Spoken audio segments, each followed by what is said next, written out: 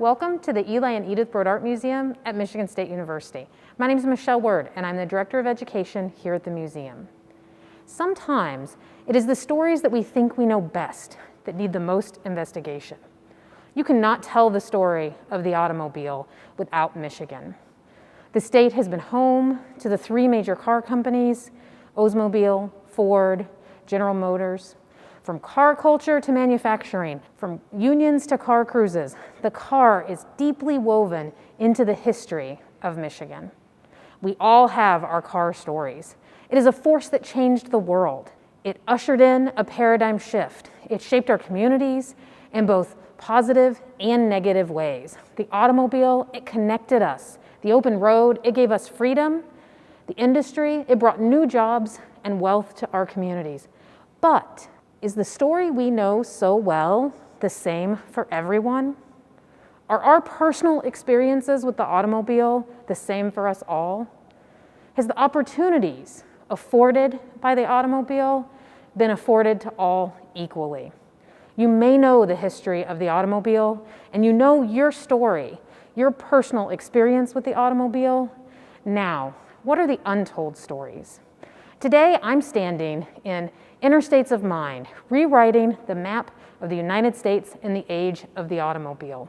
This exhibition invites us to reconsider the story of the automobile, to remember and reflect on our personal experiences, and to listen through art to the experiences of the automobile of others. Let's take a look. This exhibition asks us to take a close look, a critical look, at the often celebratory understanding of the history of the automobile. It does that through looking at works of art, as well as archival materials, and the historical timeline that we see behind us. This timeline begins in 1885 with the first gasoline-powered car. From there, it takes us on the journey of the automobile. Much of that takes place in Michigan. We learn about key moments in manufacturing and growth.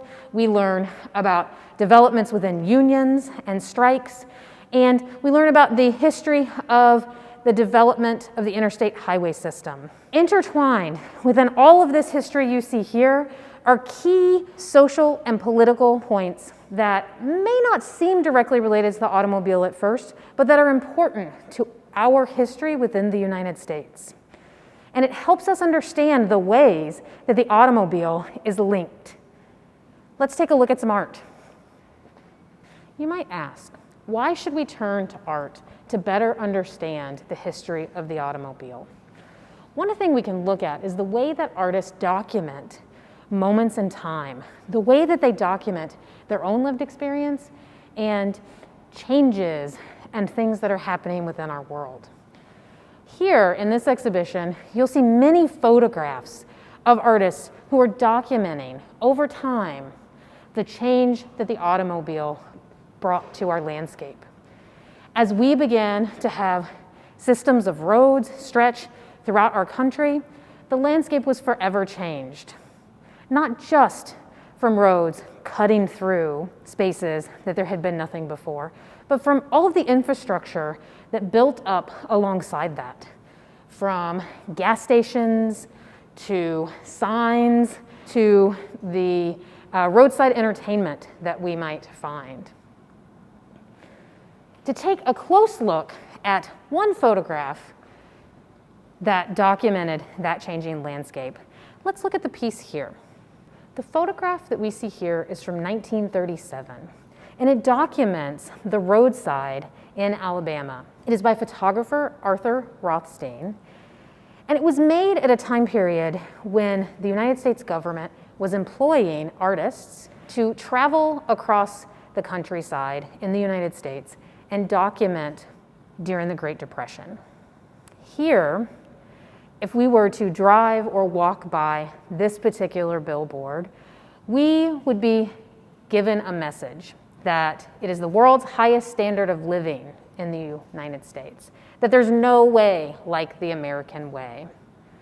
The imagery presents a car and a smiling family of four. We're to imagine that the car is part of the American way, And we're to imagine that through the car, we're able to achieve the American dream. Also, if we pull further away and we look at the rest of the photograph, we see buildings that are dilapidated, that almost appear as if they could even be empty. And it reminds us that when we talk about the American dream, and when we think about the car's relationship to the American dream, that we haven't all experienced that in the same way. Let's take a look at another work. So the work we're standing in front of now is by the artist Luis Cruz, and it's titled Lotto, the American Dream. Similarly to the documentary photograph that we were standing in front of before, that presented the car as part of our movement towards the American dream, the artist here has included the car as well. We also see homes, neighborhoods. We think about the accumulation of wealth that is part of the American dream, and we think about the mobility, the freedom, the movement that is part of the American dream. As you look closer, you notice that the negative space, that all of the background is filled with numbers. There's repetition of those numbers. Some of them are highlighted and pulled forward. Some of them push further back into space.